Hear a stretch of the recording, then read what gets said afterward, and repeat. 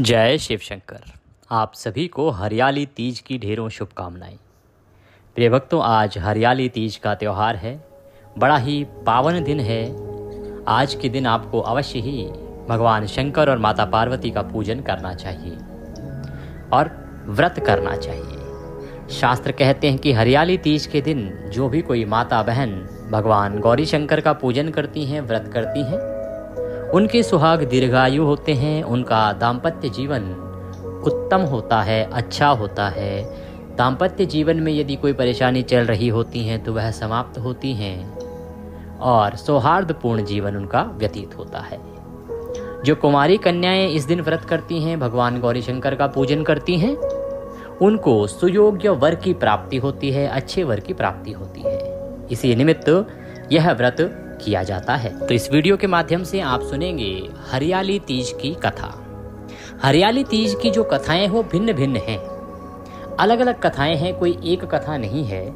इसीलिए हम सदा आपके लिए पूरा एक संयुक्त वीडियो लेके आते हैं जिसमें कि सभी कथाएं आपको सुनाते हैं। इससे लाभ ये होता है कि आपके यहाँ जौन सी होती हो वो आप सुन लें, क्योंकि मैं एक कथा सुनाऊं, आप कहें पंडित जी हमारे तो ये दूसरी वाली होती है। इसीलिए इस एक ही वीडियो में मैं हरियाली तीज की सभी कथाएं एक साथ लेके आया हूं। एक एक करके हम सभी कथाएं सुनेंगे, क्योंकि बहुत बड़ी बड़ी कथाएं नहीं हैं हरियाली तीज की।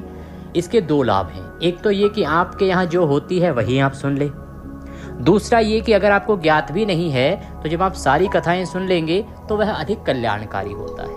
वैसे भी चातुर्मास है, श्रावण का महीना है, इसमें जिस किसी व्रत की कथाएं जितनी ज़्यादा सुनी जाएं उतना कल्याण होता है। तो इसीलिए आज मैं आपके लिए तीनों कथाएं यहाँ पर एक एक करके सुनाऊंगा जो हरियाली तीज के नाम से प्रचारित हैं, प्रसारित हैं, कही जाती हैं और सुनी जाती हैं। उन कथाओं को सुन के ही व्रत पूर्ण किया जाता है। कथा आरंभ करें उससे पहले आपसे निवेदन है कि भगवान की व्रत की कथा का यह वीडियो है तो कृपया वीडियो को एक बार लाइक अवश्य कर दीजिएगा। अपने पति की दीर्घायु के लिए, अच्छे दाम्पत्य जीवन के लिए कमेंट बॉक्स में अवश्य लिखिएगा जय गौरी शंकर या जय मां पार्वती। आप देख रहे हैं देवभूमि ज्योतिष संस्थान का प्रतिष्ठित यूट्यूब चैनल देवभूमि धार्मिक। हम यहाँ पर सभी व्रत और त्योहारों की सही शास्त्रीय जानकारी प्रदान करते हैं। ज्योतिष शास्त्र और पंचांग के आधार पर आपको बताते हैं कौन सी तिथि कब है, व्रत आदि कब करना है, क्या कथा है, क्या विधि है, क्या नियम है। यदि आप सभी व्रत और त्योहारों की सही शास्त्रीय जानकारी प्राप्त करते रहना चाहते हैं, सही कथाएं सुनते रहना चाहते हैं, तो कृपया चैनल को अभी सब्सक्राइब कीजिए और बेल आइकन को प्रेस कीजिए। जब आप चैनल को सब्सक्राइब करेंगे और घंटी के निशान को दबाएंगे तभी आपको हमारे सारे वीडियोस प्राप्त होंगे, अन्यथा आपसे जानकारी छूट जाएगी। आइए प्रिय भक्तों, अब कथा आरंभ करते हैं। आशा करते हैं आपने विधि विधान से पूजन कर लिया होगा। पूजन विधि हमने पहले ही अपलोड की थी। आपको मानसिक संकल्प अवश्य करना चाहिए। नहीं किया है तो मन ही मन एक संकल्प कीजिए कि हे माँ पार्वती, हे भगवान शंकर, आज के दिन में अपने पति की दीर्घायु के लिए, अच्छे दाम्पत्य जीवन के लिए, और अगर आप कुंवारी हैं तो मन ही मन संकल्प कीजिए कि अच्छे सुयोग्य वर की प्राप्ति के लिए हरियाली तीज व्रत तथा पूजन करने का संकल्प करती हूँ। आप इसे स्वीकार करें और मैं इसे सफलतापूर्वक कर पाऊँ, इतनी मुझे शक्ति प्रदान करें। ऐसे संकल्प आप अवश्य लीजिए। शास्त्रीय विधि से भी हमने संकल्प आपको वीडियो में बताया है, उसे भी आप सुन के उस हिसाब से कर सकते हैं। आइए अब हम प्रथम कथा आरंभ करते हैं। बोलिए उमा शंकर भगवान की जय। यह जो प्रथम कथा है ये हरियाली तीज पर पुराणों में काफी प्रचलित कथा है। ऐसा कहा जाता है कि स्वयं भगवान शिव ने माता पार्वती को उनके पूर्व जन्म के बारे में याद दिलाने के लिए यह कथा सुनाई थी। शिव जी कहते हैं, हे पार्वती, बहुत समय पहले की बात है जब तुमने हिमालय पर मुझे वर के रूप में पाने के लिए कठोर तप किया था। उस समय तुमने अन्न जल त्याग कर दिया था, सूखे पत्ते चबाकर दिन बिताया करते थी। मुझे वर के रूप में पाने के लिए तुमने किसी भी मौसम की कोई परवाह नहीं की और तुमने निरंतर तप किया। तुम्हारी इस स्थिति को देखकर तुम्हारे पिता बहुत दुखी थे। ऐसी स्थिति में नारद जी तुम्हारे घर पधारे। जब तुम्हारे पिता ने नारद जी से उनके आगमन का कारण पूछा तो नारद जी बोले, हे गिरिराज, मैं भगवान विष्णु के भेजने से यहाँ आया हूँ। आपकी कन्या की घोर तपस्या से प्रसन्न हो वह उससे विवाह करना चाहते हैं। इस बारे में मैं आपकी राय जानना चाहता हूँ। नारद जी की बात सुनकर पर्वतराज अति प्रसन्नता के साथ बोले, हे नारद जी, यदि स्वयं भगवान विष्णु मेरी कन्या से विवाह करना चाहते हैं तो इससे बड़ी कोई बात नहीं हो सकती। मैं इस विवाह के लिए तैयार हूँ। इसके बाद तुम्हारे पिता की स्वीकृति पाकर नारद जी विष्णु जी के पास गए। यह शुभ समाचार सुनाया भगवान विष्णु को। लेकिन जब तुम्हें इस विवाह के बारे में पता चला तो तुम्हें बहुत दुख हुआ। तुम मुझे मन से अपना पति मान चुकी थी। तुमने अपने व्याकुल मन की बात अपनी सहेली को बताई। तुम्हारी सहेली ने सुझाव दिया कि वह तुम्हें एक घनघोर वन में ले जाकर छुपा देगी और वहां रहकर तुम शिवजी को प्राप्त करने की साधना करना। इसके बाद तुम्हारे पिता तुम्हें घर में न पाकर बड़े चिंतित और दुखी हुए।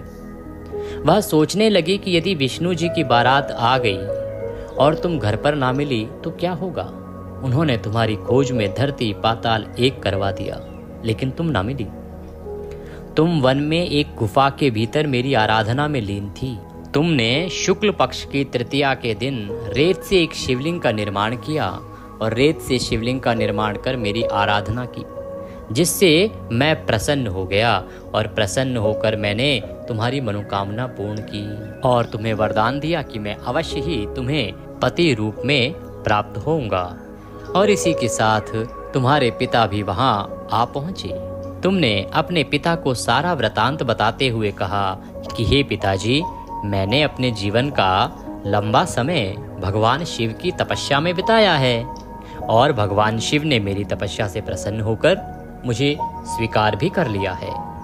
अब मैं आपके साथ एक ही शर्त पर घर चलूंगी कि आप मेरा विवाह भगवान शिव के साथ ही करेंगे। पर्वतराज ने तुम्हारी इच्छा स्वीकार कर ली और तुम्हें घर वापस ले गए। कुछ समय बाद उन्होंने पूरे विधि विधान से हमारा विवाह किया। भगवान शिव ने इसके बाद कहा कि हे पार्वती, तृतीया को तुमने मेरी आराधना करके जो व्रत किया था, उसी व्रत के परिणाम स्वरूप हम दोनों का विवाह संभव हो सका। इस व्रत का महत्व यह है कि मैं इस व्रत को पूर्ण निष्ठा से करने वाली प्रत्येक स्त्री को मनोवांछित फल देता हूँ। भगवान शिव ने पार्वती जी से कहा, इस व्रत को जो भी स्त्री पूर्ण श्रद्धा से करेगी उसे तुम्हारी तरह अचल सुहाग प्राप्त होगा। बोले शंकर भगवान की जय, बोले तीज माता की जय। इसी के साथ तीज माता की यह कथा, हरियाली तीज की यह कथा यहाँ पूर्ण होती है। आइए अब हम हरियाली तीज की दूसरी प्रचलित कथा सुनते हैं। आदिकाल की बात है। दक्ष प्रजापति के यहाँ एक पुत्री का जन्म हुआ। दक्ष प्रजापति की पुत्री के रूप में सती ने जन्म लिया। दक्ष एक विष्णु भक्त थे तथा वह चाहते थे कि उनकी पुत्री का विवाह विष्णु के साथ हो, परंतु सती भगवान शंकर को अपना पति मान चुकी थी, उनके लिए आराधना कर रही थी तथा शिव महापुराण के अनुसार ब्रह्मदेव ने भी दक्ष को कहा कि हे दक्ष, सती का विवाह भगवान शंकर से ही होना चाहिए। इस प्रकार दक्ष ने भगवान शंकर के साथ देवी सती का विवाह कर दिया और भगवान शंकर इस प्रकार दक्ष के दामाद बन गए। कुछ समय उपरांत दक्ष प्रजापति भगवान शंकर के धाम को गए और वो इस भाव से पहुंचे कि उनका दामाद खड़े होकर उनका स्वागत करेगा, क्योंकि वो ससुर हैं। लेकिन जैसे ही वो भगवान शंकर के सामने उपस्थित हुए, भगवान शंकर ना तो अपने सिंहासन से खड़े हुए, ना ही उठकर उन्होंने प्रणाम किया। दक्ष प्रजापति इससे बहुत चिढ़ गए, बहुत विचलित हुए और उन्होंने इसे एक ससुर का अपमान समझा। उन्होंने समझा कि कैलाशपति में इतना घमंड आ गया है कि वह दक्ष प्रजापति को, अपने ससुर को कुछ नहीं मानता, और वो क्रोधित होकर कैलाश से अपने निवास स्थान आ गए। समय की चलनी के साथ उन्होंने एक बहुत बड़े यज्ञ का आयोजन किया।